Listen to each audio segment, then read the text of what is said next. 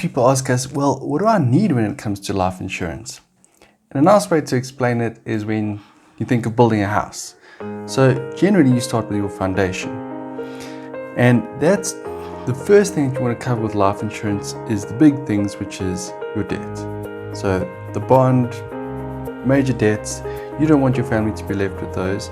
So that needs to be covered as a lump sum payout to cover those just once off. And obviously you need it covered if you die, so in the event of death, but also in the event of permanent disability. If you know you're not going to be working again, then you want to know that major bond and stuff is sorted. Then the main structure, we could say, or the most important asset that you have to cover is actually your income. If you had to add up all your future paychecks, that's probably the biggest asset that most of us have. But then to cover that, you want a stream of income, a monthly income stream. You still need it in the same event. So if you pass away, your family needs that income stream to carry on having what they need, which is what you would have been providing had you still been around. But if you're disabled, same thing. You also still need to cover your monthly expenses, your living expenses.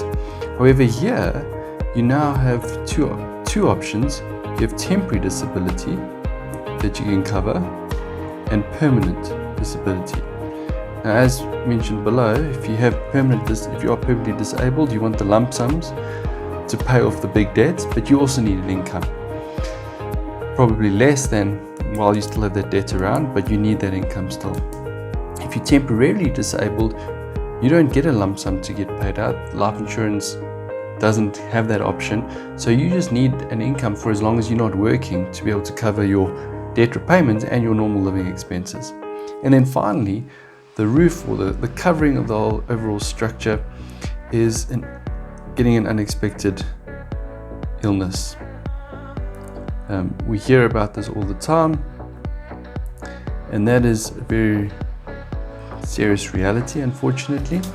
And when that happens, people often go into massive amounts of debt, bond their houses, all sorts of things to get the treatment that they need. Whereas if you have severe illness cover, that's the last type of cover.